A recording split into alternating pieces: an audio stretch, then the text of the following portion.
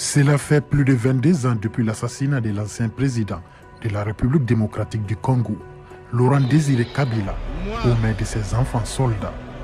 Laurent Désiré Kabila, président de la République, je jure fidélité à la nation. Kabila était le chef de rébellion qui a renversé le président Mobutu du Zaïre en 1997 et restauré le nom du pays. Ce que beaucoup ne savent pas à son sujet, c'est qu'il a passé la majeure partie de sa vie en exil, qu'il s'est engagé dans le commerce illégal d'or et de diamants, ainsi que dans des plans sauvages pour renverser la dictature de Mobutu, son prédécesseur immédiat. Laurent Kabila a brièvement recruté Che Guevara en 1965, ainsi que les armées ougandaises et rwandaises qui ont contribué à l'amener au pouvoir en 1997. Aujourd'hui, nous allons parler de l'histoire de Laurent Kabila, l'ancien président de la République démocratique du Congo qui a été assassiné par ses enfants soldats.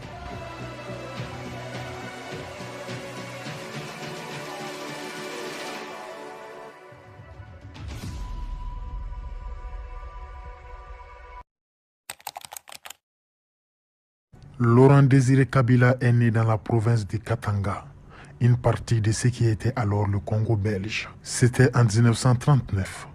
Il termina ses études au lycée d'Elisabethville, aujourd'hui Lubumbashi, en RDC, puis étudia la philosophie politique dans une université française. On dit également que Kabila a fréquenté l'université de Dar es Salaam en Tanzanie. En 1960, alors qu'il avait 21 ans, Kabila est devenu un chef de file des mouvements politiques alliés au premier ministre du Congo indépendant, Patrice Lumumba. À l'aune de l'indépendance du Congo vis-à-vis de la Belgique, le jeune Kabila était l'un des jeunes hommes brillants qui était peut-être devenu une star de la politique de son pays à l'époque. Pourtant, après l'intervention des Nations Unies et l'assassinat de Patrice Lumumba, l'armée a chassé Kabila et d'autres sympathisants dans la brousse où ils ont formé une force de guérilla. Ces jeunes Congolais ont alors formé une rébellion soutenue à la fois par les Chinois et les Russes et par une demi-douzaine d'autres pays africains. La rébellion de ce groupe de combattants a attiré l'attention des États-Unis. Les États-Unis paniquaient à propos d'éventuelles influences soviétiques dans l'Afrique indépendante. Les Américains recrutèrent des officiers belges et des mercenaires. Forcés de battre en retraite, Kabila et ses amis se sont tournés vers les Cubains et Che Guevara pour obtenir de l'aide. Alors, Che Guevara et son équipe sont arrivés à la frontière entre la Tanzanie et le Congo avec un petit contingent de guérilleros. C'était en avril 1965. Cependant, dans son journal publié en 1999, Che Guevara note le manque d'implication de Laurent Désiré Kabila dans le parti et le manque général d'organisation du groupe. Che Guevara a jugé Kabila, qui avait 26 ans à l'époque, comme n'étant pas l'homme de l'air et que Kabila était trop distrait. Cela, de l'avis de Che Guevara, expliquait que Kabila se présente parfois avec des jours de retard pour fournir des fournitures, de l'aide ou des renforts aux hommes de Che Guevara. La révolte de la rébellion de Kabila a été réprimée en 1965 par l'armée congolaise avec le soutien des États-Unis. Mobutu a pris le contrôle de la nation en 1965, a établi une dictature et en 1971 a renommé le pays Zaïre. En 1967, Kabila a fondé le Parti révolutionnaire du peuple, luttant pour établir un territoire marxiste autosuffisant dans la partie orientale du Zaïre. Ce groupe s'est taillé une enclave sur le lac Tanganyika, dans la lointaine province du Kivu. Là, les rebelles de Kabila se sont soutenus en tuant des éléphants, en faisant le commerce de l'ivoire ainsi qu'en extrayant de l'or. Ils ont également reçu une aide et un financement occasionné de la Chine et de Cuba.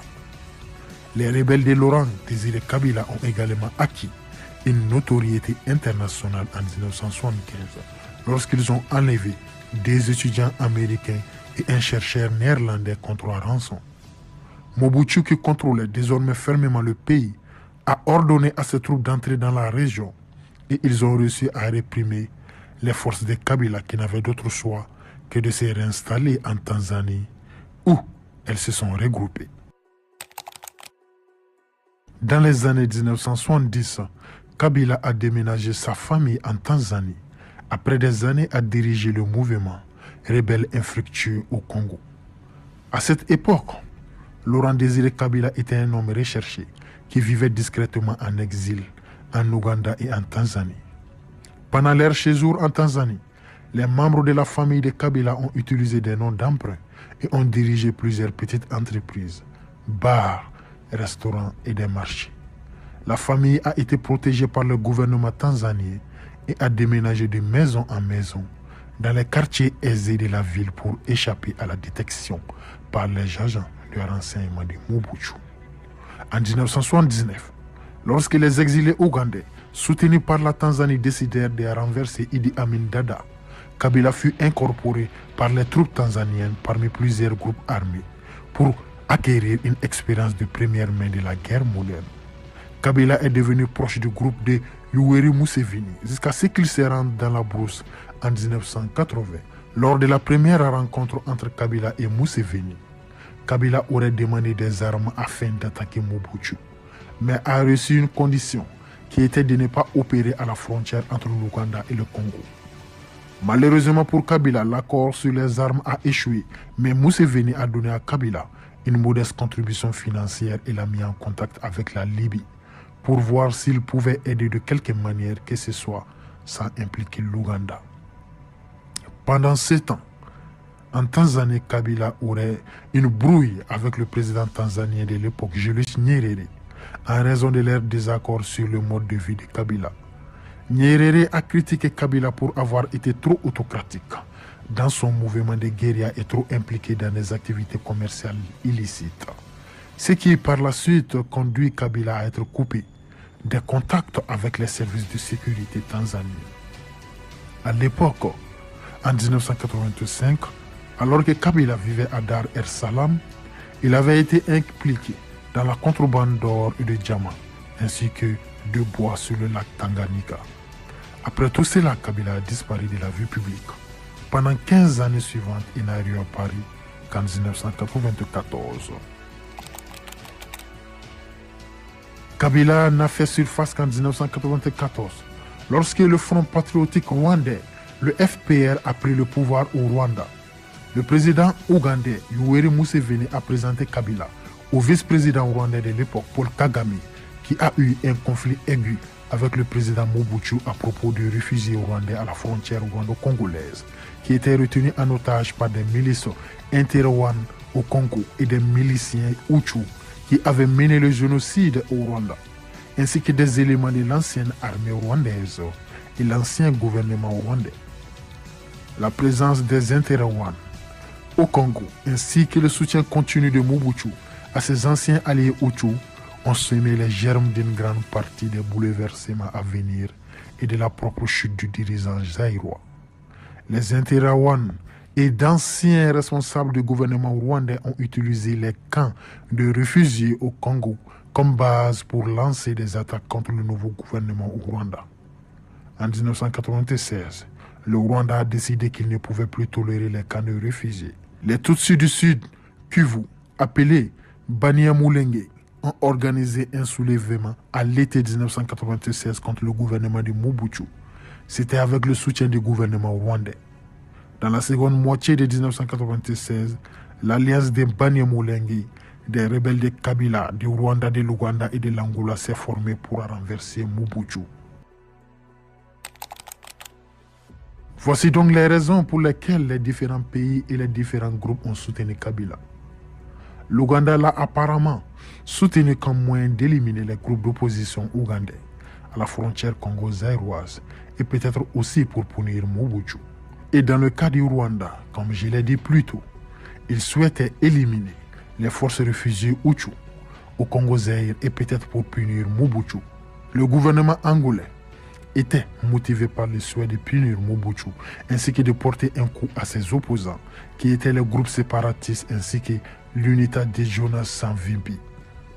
La coalition a choisi Kabila comme porte-parole Probablement en partie parce qu'il était le plus âgé parmi les fondateurs de l'Alliance des forces démocratiques pour la libération du Congo, AFDL.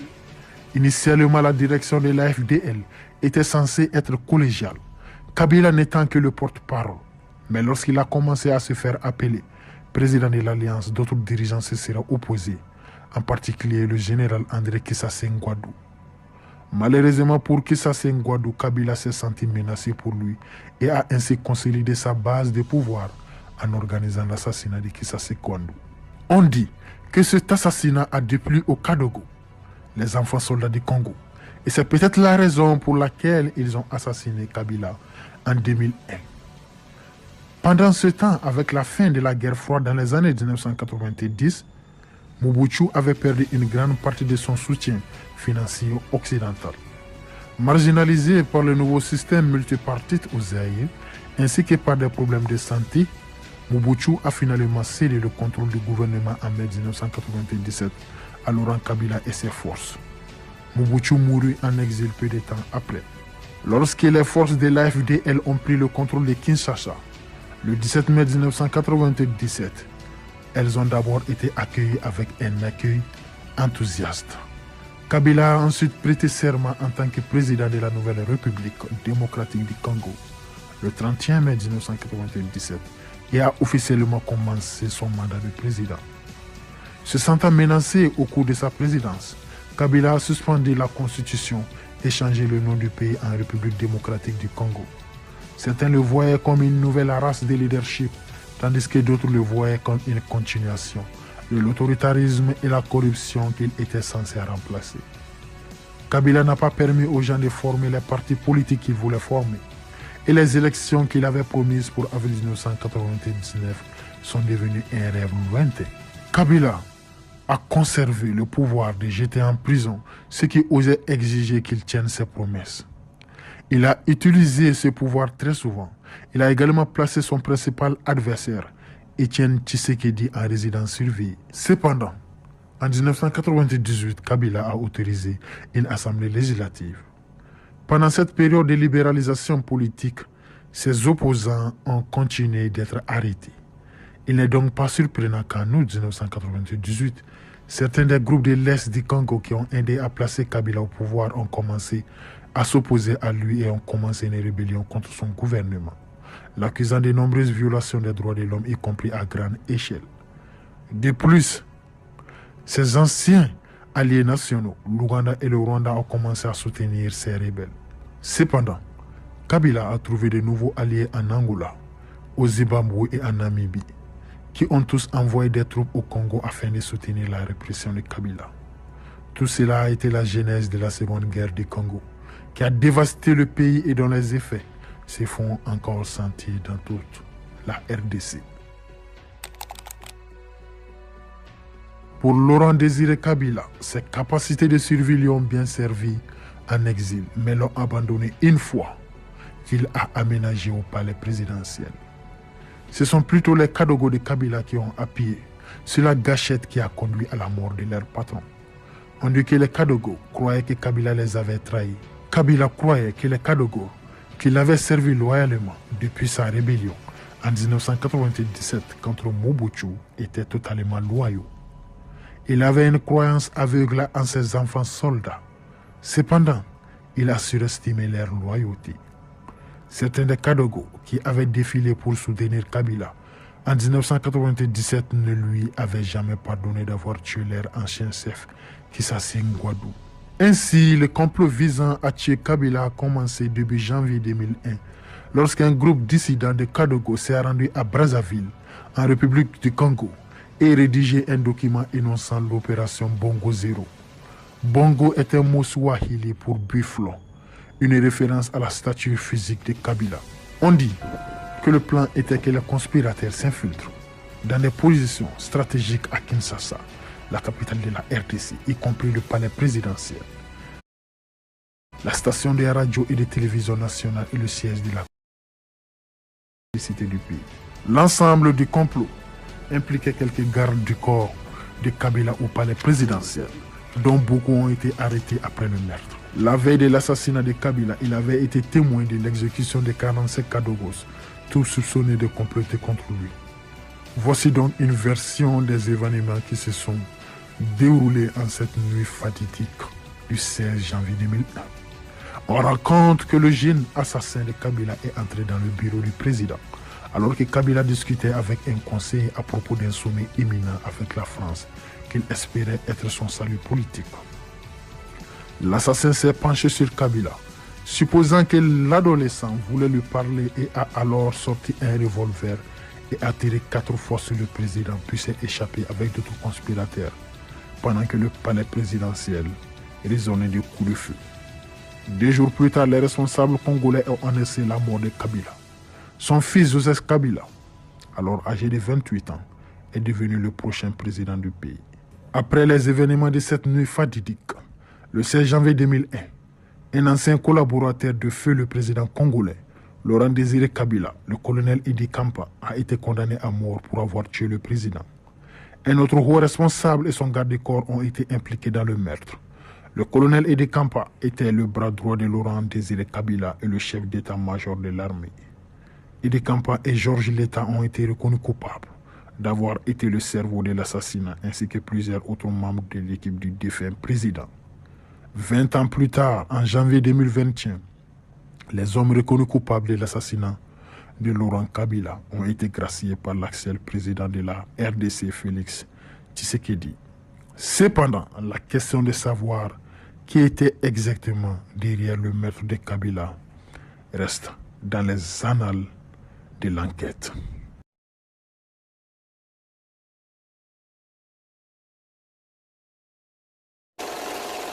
Mobutu du Zaïre est protégé par le gouvernement tanzanien. Transformer toute cette richesse. Préserver l'unité. 58 nouveaux présidents élus.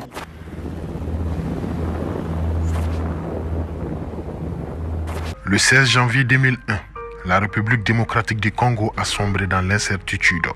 Le président du pays, Laurent Désiré Kabila, était assis dans son bureau lorsque l'un de ses gardes du corps est entré, a pointé son pistolet sur lui et a tiré à plusieurs reprises. L'actualité internationale, et cette fois c'est certain, Laurent Désiré Kabila est mort. Il aurait succombé à ses blessures la nuit dernière à Harare au Zimbabwe où on tentait de le soigner. Il sera enterré mardi prochain à Kinshasa. Le journal télévisé a ensuite présenté son successeur comme étant son fils, Joseph Kabila, âgé de 29 ans, et qui ne s'était pas encore bâti un nom. Ce jeune homme était toutefois connu des diplomates étrangers et du public congolais.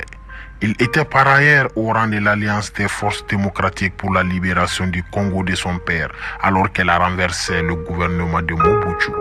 Il jouissait d'une légitimité parmi les militaires et de la confiance étroite de son père, d'où la raison pour laquelle ils l'ont choisi pour succéder à son père.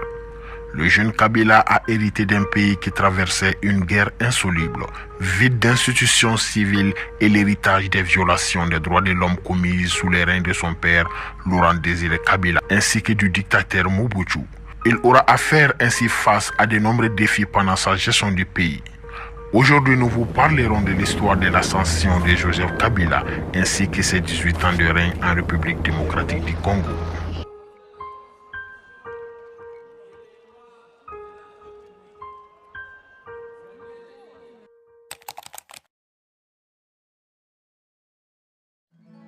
Les origines de Joseph Kabila, y compris sa filiation, son lieu et sa date de naissance font l'objet d'une controverse persistante.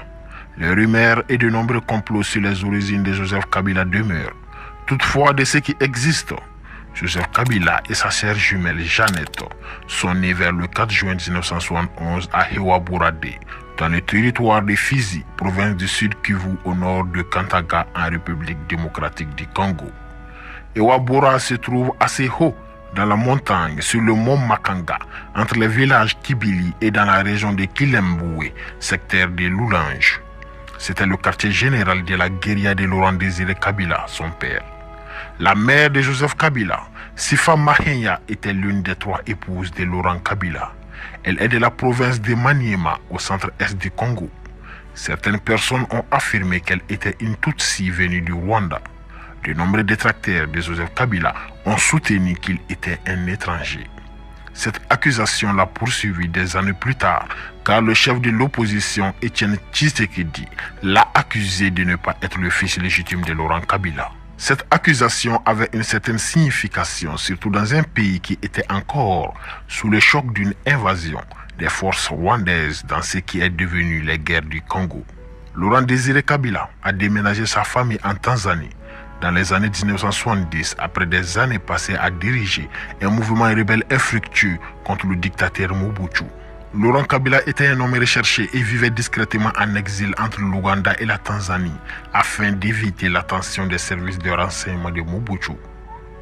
Les gens qui connaissaient Joseph Kabila à cette époque le décrivaient comme un jeune homme intelligent, sportif et passionné et qui avait une admiration énorme pour les héros révolutionnaires comme Thomas Sankara, Che Guevara et Museveni. Joseph Kabila a fait ses études primaires et secondaires en Tanzanie dans des écoles basées sur le système scolaire britannique où il a appris à parler anglais dès son plus jeune âge. Il parlait également couramment le Swahili, mais pas le Lingala qui est la langue parlée dans la capitale du Congo, Kinshasa. Après avoir terminé le primaire et le secondaire, le jeune Joseph Kabila s'est formé dans l'armée rwandaise pendant 3 ans avant de poursuivre ses études. Joseph Kabila venait tout juste de commencer l'université en Ouganda en 1996 lorsque son père l'a appelé pour l'aider dans la guerre rebelle contre le président Mobutu.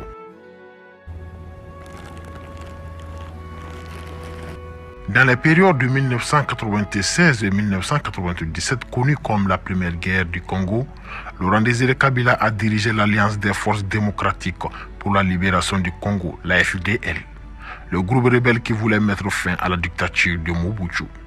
Durant cette guerre, Joseph Kabila a travaillé aux côtés d'une personnalité rwandaise de premier plan, James Kabarebe, qui était à l'époque stratège militaire et chef du mouvement rebelle AFDL de Laurent Désiré Kabila.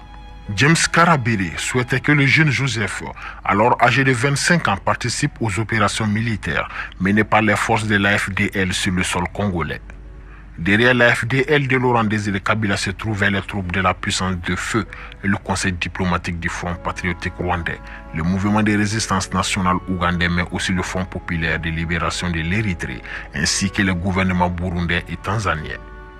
Les membres de cette coalition des mouvements de libération avaient chacun leur propre motivation pour vouloir renverser Mobutu. Lorsque cette coalition a scellé le sort de Mobutu, Laurent Désiré Kabila a annoncé en mai 1997 de Lubumbashi qu'il assumait la présidence de la République. Suite à l'accession de Laurent Désiré Kabila à la présidence, le jeune Joseph Kabila a ensuite suivi une formation complémentaire à l'Université de la Défense nationale de Pékin en Chine. L'aide que Laurent Désiré Kabila avait reçue des deux soi-disant pays amis, le Rwanda de Paul Kagame et l'Ouganda de Museveni, n'était pas venue sans condition. Le peuple congolais ressentait un profond ressentiment face à la présence et l'influence rwandaise et ougandaise dans leur pays. Les Congolais ont incité Laurent Désiré Kabila à reconsidérer ses relations avec ses anciens amis. Dans un contexte de détérioration des relations avec le Rwanda, le président Kabila a démis James Kabarebe de son poste de chef d'état-major de l'armée et a ordonné aux soldats rwandais de quitter la RDC. Cela a déclenché la deuxième guerre du Congo.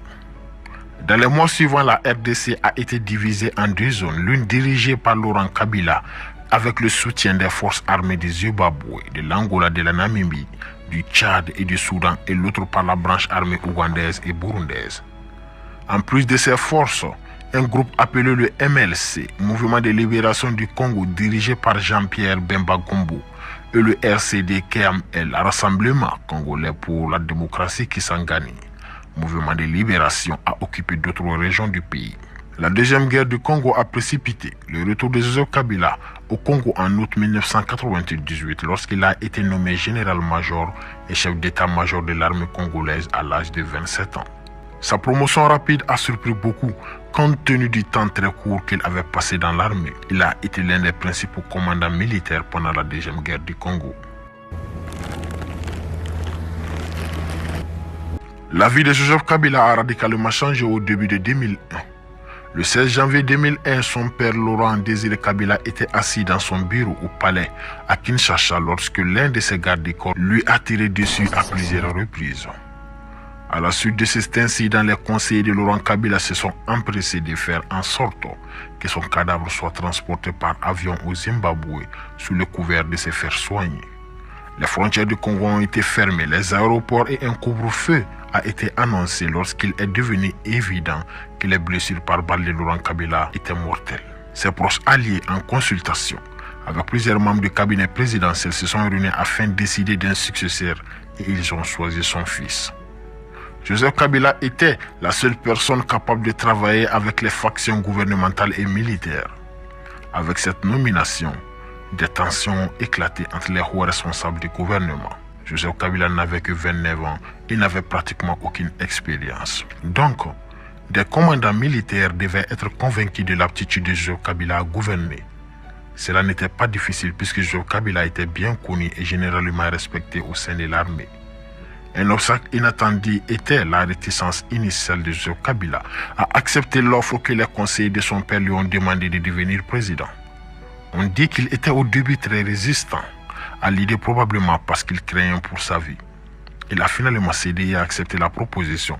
Et ainsi, le 27 janvier 2001, 11 jours après la mort de son père, Joseph Kabila est devenu président de la République démocratique du Congo et à l'époque le plus jeune chef d'État du monde. Les Congolais ne savaient pas à quoi s'attendre de leur nouveau président. Ils ne savaient pas s'il était assez fort pour maintenir l'unité ou s'il pouvait poursuivre la guerre ou la paix. À une certaine époque, de nombreuses personnes étaient mécontentes de la manière dont Joseph Kabila était arrivé au pouvoir. Elles s'opposaient donc au fait qu'il ait été choisi secrètement et automatiquement. D'autres désapprouvaient ce choix parce qu'ils n'étaient pas satisfaits du bilan de son père en tant que dirigeant. Ils pensaient également que Joseph Kabila était facilement influençable, une marionnette des conseillers de son père. Quoi qu'il en soit, lorsque Joseph Kabila est devenu président, le pays était confronté à de nombreux défis. Près de la moitié du territoire national était occupé par les armées des pays voisins qui avaient leurs propres plans pour le Congo. Malgré cette situation compliquée, Joseph Kabila a fait preuve d'une forte volonté. Il a compris que rester au pouvoir ne pouvait pas être laissé au hasard. Immédiatement après avoir hérité de la présidence, il a pris des décisions surprenantes qui s'écartaient complètement de celles de son père. Entre autres, il a licencié les anciens conseillers de son père et alliés. Joseph Kabila a également entamé les relations bilatérales avec des alliés clés tels que les États-Unis, la France, la Grande-Bretagne et la Belgique, entre autres. Son voyage en France, aux États-Unis et en Belgique, à peine une semaine après son accession au pouvoir, a accru sa légitimité, tant au niveau national qu'à l'étranger. Joseph Kabila a évoqué la nécessité de restaurer la paix et de consolider la communion nationale, la relance de l'accord de paix de Lusaka, le retour à la vie démocratique et l'ouverture du système politique. Kabila a également eu des entretiens avec des groupes rebelles et le gouvernement des 5 pays, à savoir le Rwanda, l'Ouganda, le Zimbabwe, l'Angola et la Namibie, qui avaient des troupes au Congo. En décembre 2002, Joseph Kabila était signataire d'un accord avec les rebelles pour mettre fin à la guerre et former un gouvernement de transition à partage partiel. Cet accord, connu sous le nom d'accord global et inclusif, a été signé le 16 décembre 2002. Les partis ont convenu de combiner leurs efforts afin de parvenir à la réconciliation nationale. À cet effet, ils ont décidé de mettre en place un gouvernement d'unité nationale qui organiserait à terme des élections libres et démocratiques après une période de transition dont la durée était fixée par l'accord. L'accord a gardé Joseph Kabila comme président par intérim avec 4 vice-présidents et d'autres figures de mouvements rebelles comme Jean-Pierre Bamba. Cet accord a été ratifié en avril 2003. Les soldats de la paix des Nations Unies sont arrivés en République démocratique du Congo à fin mars 2003 pour surveiller le cessez-le-feu et le retrait des troupes. Par exemple, en 2004, il a été victime d'une tentative de coup d'État. Heureusement pour Joseph Kabila, ses forces loyalistes ont écrasé le coup d'État. Malgré cette tentative, il a poursuivi son dessein d'unifier le pays. En 2001, lorsque Joseph Kabila prenait le pouvoir, l'économie était dans un état désastreux, sans infrastructure de croissance, une inflation rapide et une monnaie en chute libre. Joseph Kabila a approché la Banque mondiale, le FMI et les donateurs occidentaux au Congo. Les premiers résultats de ces réformes ont au moins été impressionnants et la valeur du franc congolais s'est stabilisée. De nouveaux investissements ont afflué dans le secteur de la construction des infrastructures de télécommunications minières. Toutefois, les indicateurs de développement sont restés inférieurs à la moyenne africaine, avec une augmentation de l'espérance de vie et de la scolarisation et une baisse spectaculaire de la mortalité infantile. Les indicateurs économiques se sont toutefois améliorés sous les règne de Joseph Kabila, bien qu'ils soient restés en deçà du potentiel du pays. Cependant, le principal défi était de diversifier les économies congolaises, étant donné que la majeure partie de la croissance dépendait encore de l'exploitation minière. Malheureusement, la corruption augmentait et Joseph Kabila et sa famille ont été accusés d'être les principaux auteurs de la corruption dans le pays ainsi que d'abuser du pouvoir pour s'enrichir. Par exemple, une organisation connue sous le nom de Groupe de recherche sur le Congo a publié un rapport en collaboration avec Bloomberg News, a exposé les réseaux complexes d'entreprises que le président et ses proches ont construits au pays. Le rapport a montré que les Kabila étaient impliqués dans tout, de l'agriculture à des mines, à l'aviation et à la construction. Ce rapport alléguait également que de nombreuses entreprises liées à Kabila recevaient un traitement spécial. Par exemple, il y avait des mines protégées par les gardes présidentiels. Il y avait une entreprise ayant des liens avec la famille Kabila qui aurait reçu $60 sur les $185 de frais pour chaque nouveau passeport congolais. Les journaux panaméens publiés en avril 2016 ont révélé que la chère jumelle de Kabila, Jeannette, sous différents noms, détenait une part indirecte du plus grand opérateur de téléphonie du pays. Une autre enquête intitulée Braquage du Congo, menée par des médias internationaux et des ONG, accusait Joseph Kabila et sa famille d'avoir siphonné au moins $138 millions américains dans la caisse de l'État. Ces détournements de fonds ont eu lieu de 2013 à 2018, selon les auteurs de cette enquête. L'acteur principal aura été le frère de Kabila, Francis Selemani. Il semblerait que Selemani ait acheté de nombreuses maisons de luxe aux États-Unis et en Afrique du Sud, en partie grâce à des fonds détournés du gouvernement congolais. Dans le cadre du processus de paix qui a mis fin à la guerre en 2003, le Congo a introduit une nouvelle réforme dans le cadre du système politique. Les différents dirigeants rebelles ont rebaptisé leurs milices en partis politiques et ont échangé leurs uniformes contre des costumes.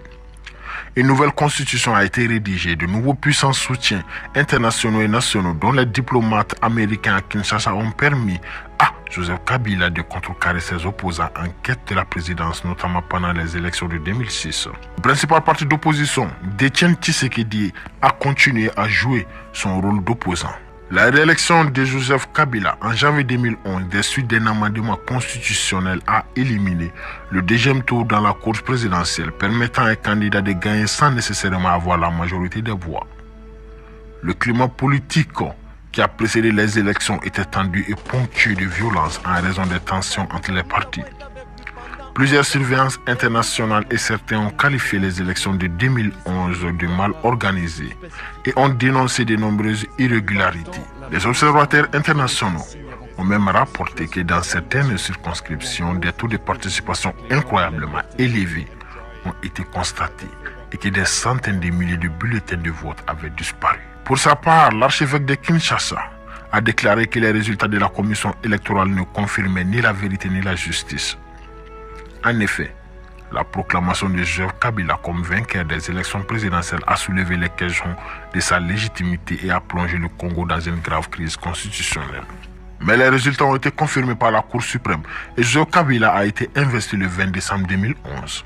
Dans les années qui ont suivi, Joseph Kabila a été la cible de protestations alors qu'il y avait des soupçons dès 2011 qu'il ne démissionnerait pas à la fin de son mandat en 2016 et qu'il chercherait des moyens de prolonger son mandat. Ces soupçons se sont confirmés lorsque 3 ans avant le vote prévu, il a fait pression en faveur d'un amendement constitutionnel qui supprimerait la limite de 2 ans de mandat. Mais cette tentative a échoué et a déclenché des défections au sein de la coalition au pouvoir de Kabila. Ses alliés ont ensuite proposé un long recensement national qui repousserait la date, mais qui a également échoué. Kabila s'est donc tourné vers des moyens plus créatifs. Par exemple, le gouvernement a annoncé que les 11 provinces du Congo seraient divisées en 26, ce qui a eu pour effet d'affaiblir les politiciens rivaux et de détourner les ressources des élections. Les soupçons contre Kabila se sont renforcés après que la Cour constitutionnelle a statué en mai 2016 que si les élections étaient retardées, Joseph Kabila resterait en fonction jusqu'à ce qu'un successeur puisse être élu et installé plus tard. Le tribunal a fait une demande de la commission électorale visant à reporter les élections de 2016. L'une des raisons évoquées pour retarder les élections était la logistique liée à la tenue des élections. L'élection présidentielle a finalement été reportée et programmée pour le 23 décembre 2018. Après des périodes de spéculation sur les intentions de Joseph Kabila, il a été confirmé qu'il ne présenterait pas à l'élection et qu'il soutiendrait plutôt la candidature d'Emmanuel Ramazani Shadari.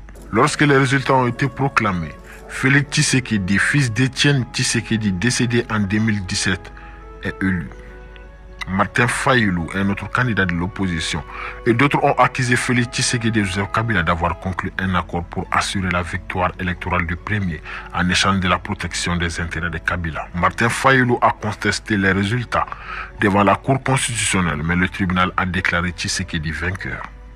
Joseph Kabila a démissionné le 24 janvier 2019, mettant fin à son mandat. Cet événement constitue la première transition pacifique du pouvoir au Congo depuis son indépendance en 1960. Ceci marque la fin des 18 années de règne de Joseph Kabila en République démocratique du Congo. Merci et à la prochaine.